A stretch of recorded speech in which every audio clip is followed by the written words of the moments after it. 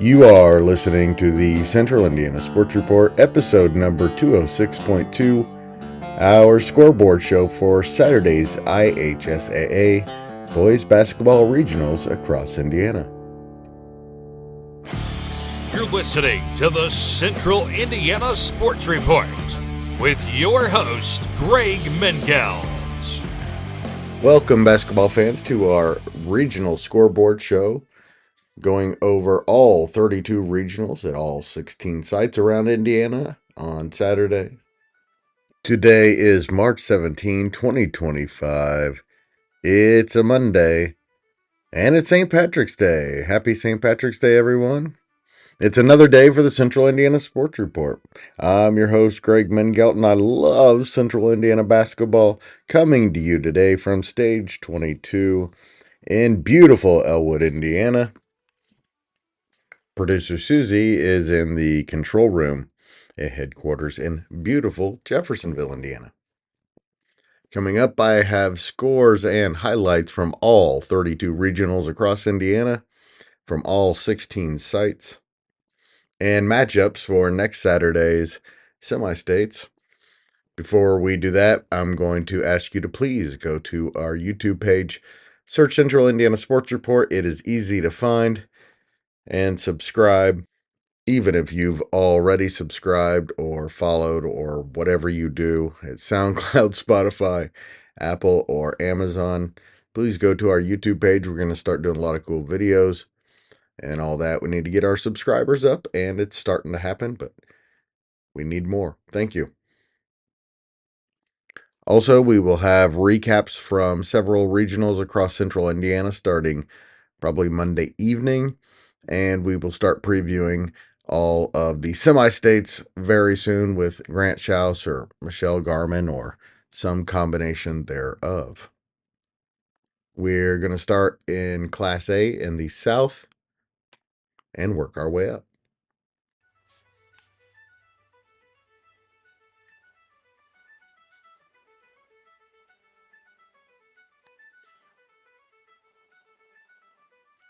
At Greenfield Central, the Liberty Christian Lions won back-to-back regional champions and their fifth in the last 11 years with a 64-48 win over North Decatur. Sophomore Ty Wayne Fuller led the Lions with 14 points, a very balanced attack. Fuller also had 7 assists. TJ English and Christian Townsend scored 10 apiece. Kendrick Martin had 8 for Liberty. At Martinsville, number 2 Hauser had no problem getting past Indianapolis Lutheran 70-52. Hauser's now 25-3. This is their third regional championship and their first since 2017. The Jets led 51-29 at the end of the third quarter. They had 4 players in double figures, led by senior Ledger Gelfius with 16. Junior striker Gill had a triple-double of 13 points, 10 rebounds, and 10 assists. Gavin Keller scored 13. Tayshawn Tungate had 12 points, 9 rebounds, and 4 assists. At Lagodi, number 1 Clay City came from behind to beat Northeast Du Bois 51-42. Clay City is now 25-1 and has the second longest winning streak in Indiana at 24 games. It's the Eels' 4th regional championship overall, their first since 2015. They trailed 27-24 at the half, but outscored the Jeeps 27-18 in the second half. And at Seymour, number 4 Orleans beat number 13 Christian Academy 56-47. Orleans is now 23-4. Their only other regional championship in program history had been 2003 with the great Trey Bradley. The Bulldogs trailed Christian Academy 11-8 after the first quarter, then outscored the Warriors 17-8 in the second and 14-5 in the third. Junior Alex DeWitt scored 28 points. He was 12 for 18 from the field and also had 10 rebounds, 5 on the offensive glass. David Cook and Joshua Renfro scored 15 points apiece for the Warriors. Great career for Renfro. So the Class A South Semi-State will be played at Seymour Scott Gymnasium. It will start at 10 a.m.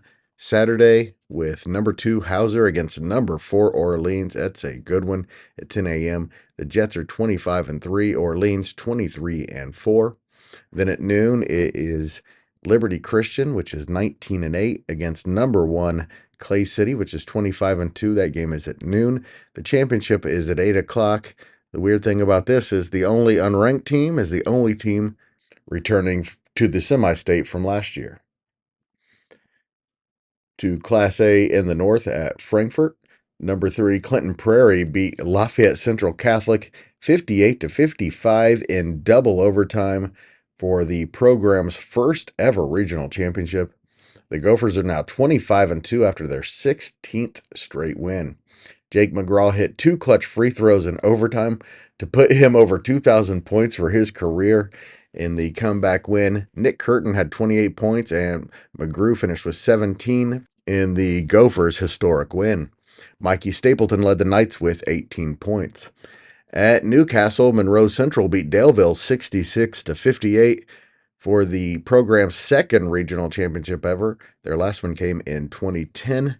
The Golden Bears are now 20-6 on the season. Tayshawn Beatty had 18 points off the bench to lead Monroe Central. Hunter Sakina had a game-high 33 points for Daleville. At Triton, number 11 Triton beat Lakewood Park 63-40. Triton's now 24-4. This is their 7th regional championship, but their first since 2013. Avery McFarland led the team with 19 points. Nick Carnahan had 12. Davi Freitas had 7 in the win.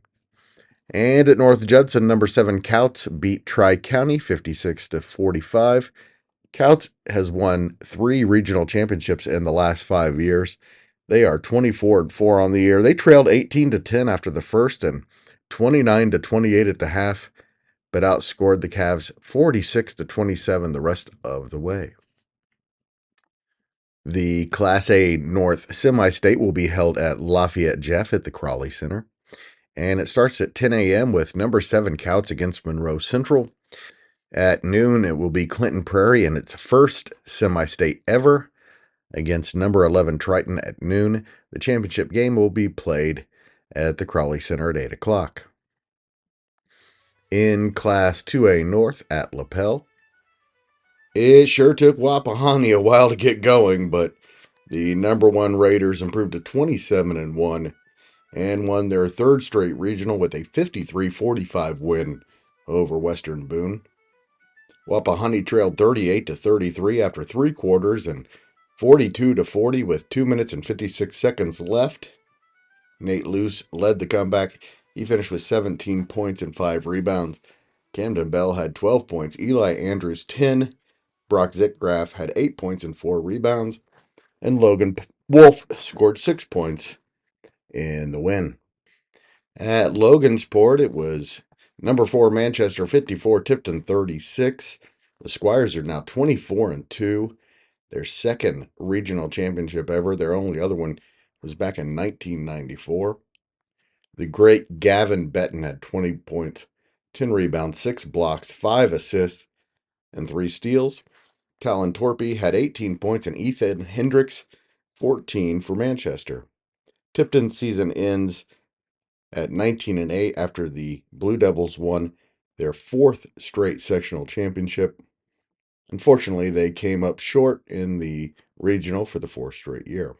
Sam Quigley led the Devils with 12 points. Grady Carpenter had 11, both their final games at Tipton. Quigley led the Blue Devils with 5 points, Carpenter with 4 assists.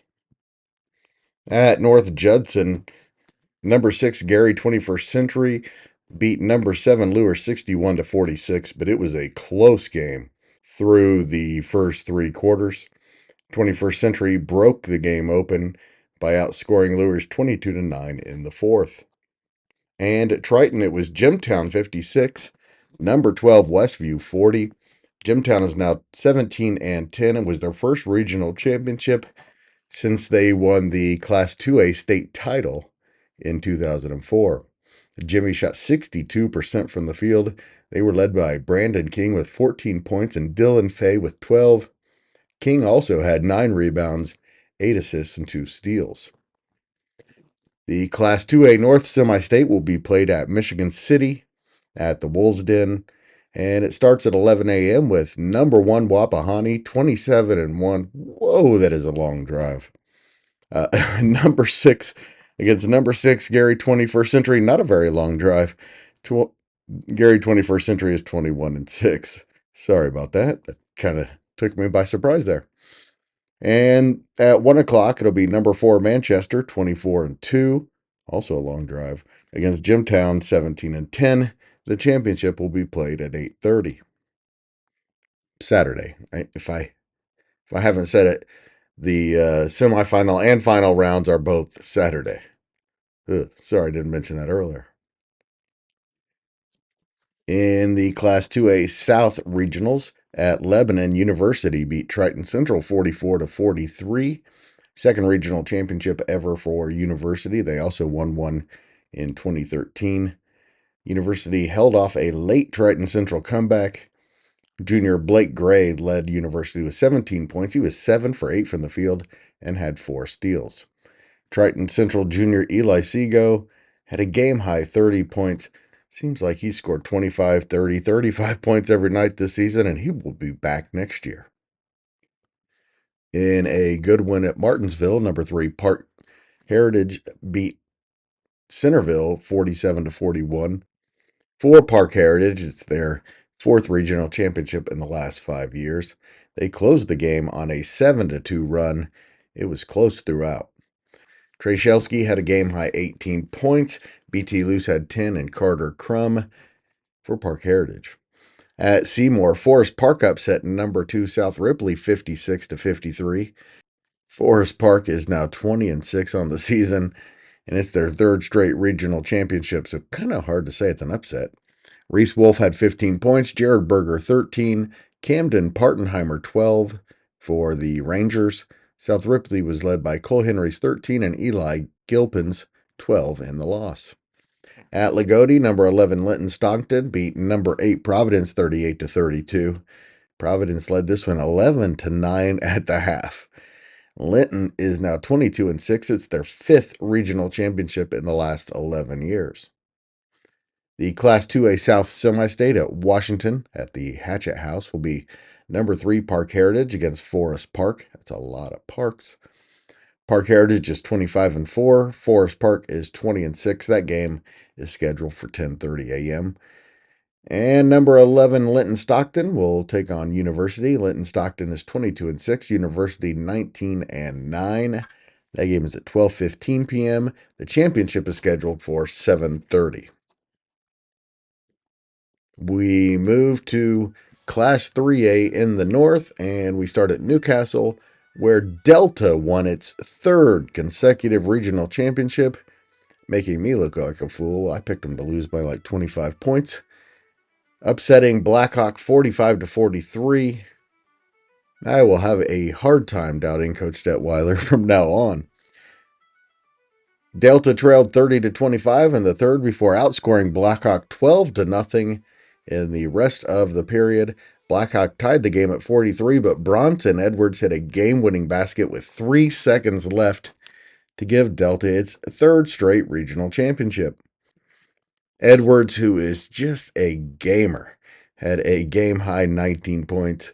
Jordan Fernie had 12 for the Eagles. At Lapel, Maconaquah beat Marion 78-72. Maconaquah is now 22-5. It's their 2nd regional championship of all time. 2015 was the other one. Josiah Ball scored 32 points. Devon Murray had 18. Fuddy Kyle 15. Landon Adams 8 and AJ Kelly 5 in the win. Tim Jones had 26 points for Marion. Also for the Giants, Mar Rogers had 18, Logan Barnes 12, Jadian Smith 8, and Kobe Johnson 7. In the 3A regional at South Bend, Washington, it was number 2 South Bend St. Joseph 50, Columbia City 46. It's back-to-back regional championships and the 3rd in the last 6 years for St. Joe, which is 25-3 on the season. Columbia City actually led 46-44 in this one, and St. Joseph scored the game's final 6 points. Elijah King scored the go-ahead basket and led the Huskies with 13 points. Columbia City's Landon Richmond had a game-high 17 points. At Michigan City at the Wolves' Den, it was East Chicago Central 78, Hanover Central 55. For 21-8 East Chicago Central, it's their first regional championship since winning the state championship in 2007 with a guy named Etwan Moore. And of course, Kewan Short. Dominique Murphy led the Cardinals with 28 points, 7 rebounds, and 4 assists. Brad Rode had 27, and the Cardinals forced 19 turnovers. The Class 3A North Semistate will be played at Logansport at the Berry Bowl.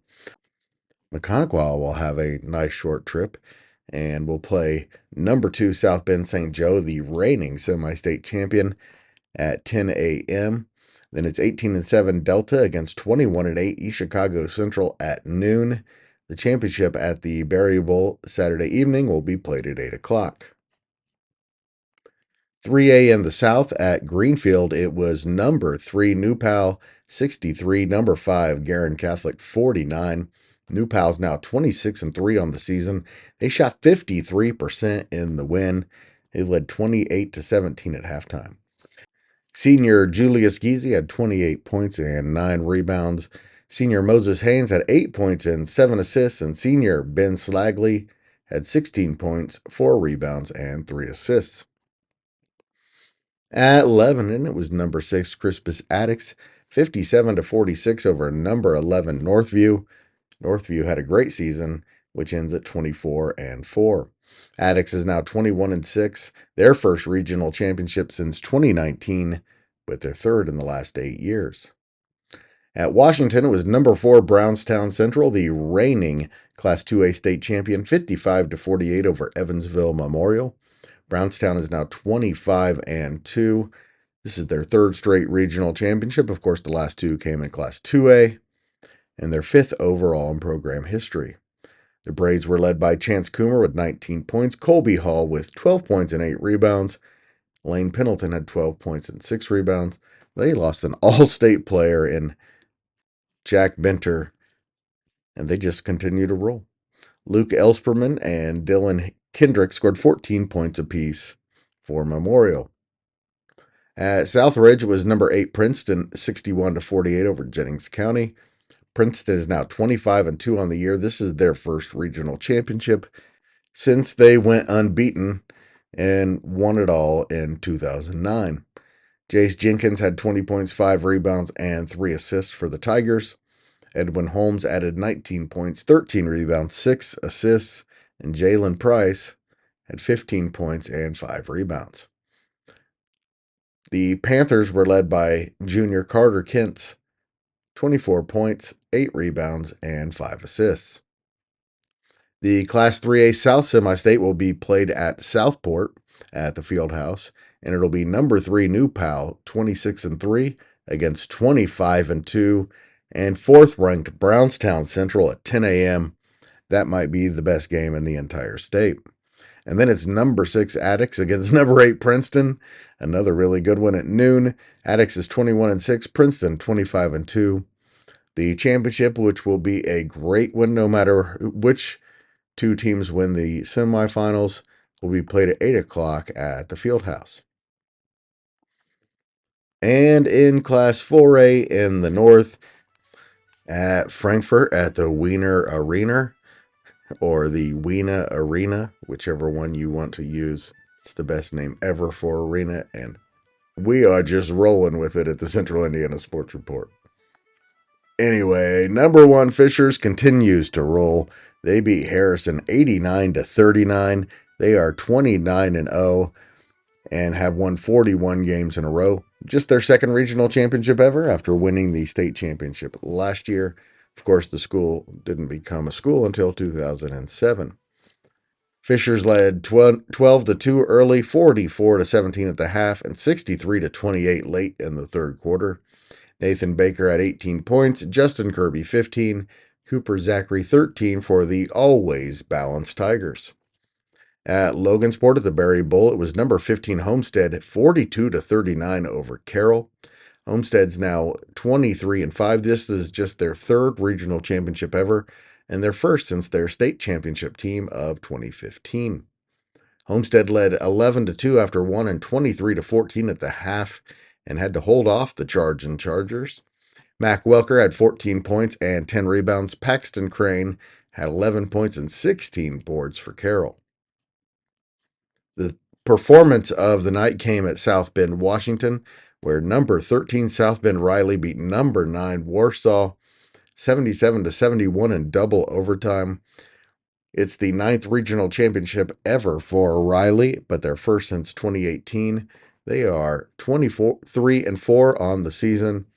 And Tyrese Jones had 45 points, 10 rebounds, and 4 steals in the win. Warsaw's Robbie Finlinson hit a three-pointer with 10 seconds left to force the second overtime. In the second overtime, Jones gave Riley the lead and then put the game away with a steal and basket with 7.4 seconds left. Marvin Schindler added 12 points for Riley. Brant Martin had 20 and Finlinson 18 for Warsaw. Another really good one at Michigan City. It was number 7 Crown Point 68-62 over Portage in overtime. Portage gave Crown Point one of its 2 regular season losses. What a great game this one was. Crown Point is now 23-2. They've won back-to-back regional championships for the first time in program history. Dikembe Shaw and Kingston Rhodes hit huge shots and free throws down the stretch of regulation and in overtime. Shaw finished with 27 points and 8 rebounds. Rhodes with 20 points, 6 rebounds, 6 steals, and 4 assists. Michael Wellman had 20 points for Portage. The Class 4A North Semistate will be played at Elkhart at the Northside Gym. And 29-0 and first-ranked Fishers will take on 13th-ranked Riley, which is 23-4 at 10 a.m. Then 23-2 and 7th-ranked Crown Point will take on 23-5 and 15th-ranked Homestead at noon. The championship game at Northside Gym will be played at 8 p.m. And finally, in Class 4A in the South, at Southport, it was number 16 Mount Vernon drubbing Brownsburg 74-40. Just the 4th ever regional championship for Mount Vernon and the Marauders' first since 2013. Mount Vernon is now 22-5 on the season. They were led by future Boilermaker Luke Ertles, 19 points, 8 rebounds, 8 assists, and 2 steals. Senior Tyler Davis had 14 points.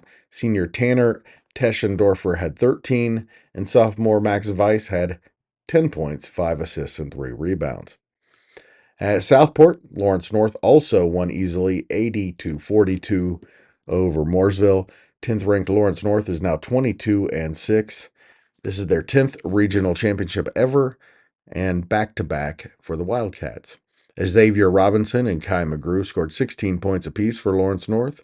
Brennan Miller had 13, Jamar Thomas 11, and Cameron Webster 10. Chris Terry had 6, as did Duke Carnes. At 7 different players with at least 6 points for Lawrence North. At Washington, and another thriller, Terre Haute North beat Whiteland 72-69 in double overtime. Terre Haute North trailed by 13 points with just over 3 minutes left, then went on a 16-3 run to force overtime. It's North's first regional championship since 1999. They are 22-5.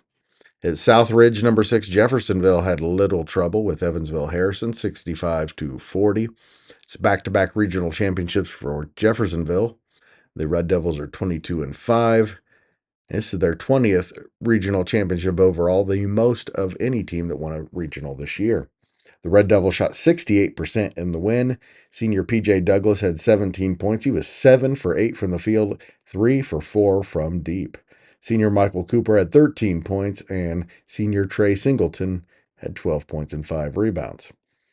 The Class 4A South Semistate will be played at the famed Newcastle Chrysler Arena, or Fieldhouse, I can't remember. Anyway, in Game 1, it'll be number 10 Lawrence North against Terre Haute North. Lawrence North is 22-6. Terre Haute North, 22-5. That game is scheduled for 10 a.m. at Chrysler. And it's number 16 Mount Vernon, which is 22-5, against number 6 Jeffersonville, which is 22-5 as well. All four teams in this semi-state have 22 wins. That game is scheduled for noon. And the championship game at Newcastle is scheduled for 8 o'clock. And now you know everything we know about the regionals and semi-states. Thank you so much for listening. If you have listened for this long, I'm going to assume that you like what you heard.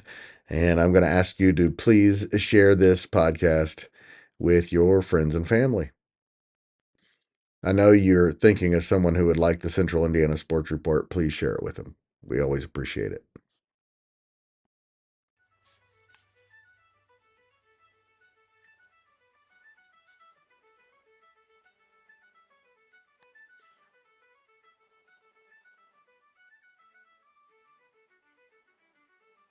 Central Indiana Sports Report is a product of ITG Media, and I love Susie. Happy St. Patrick's Day.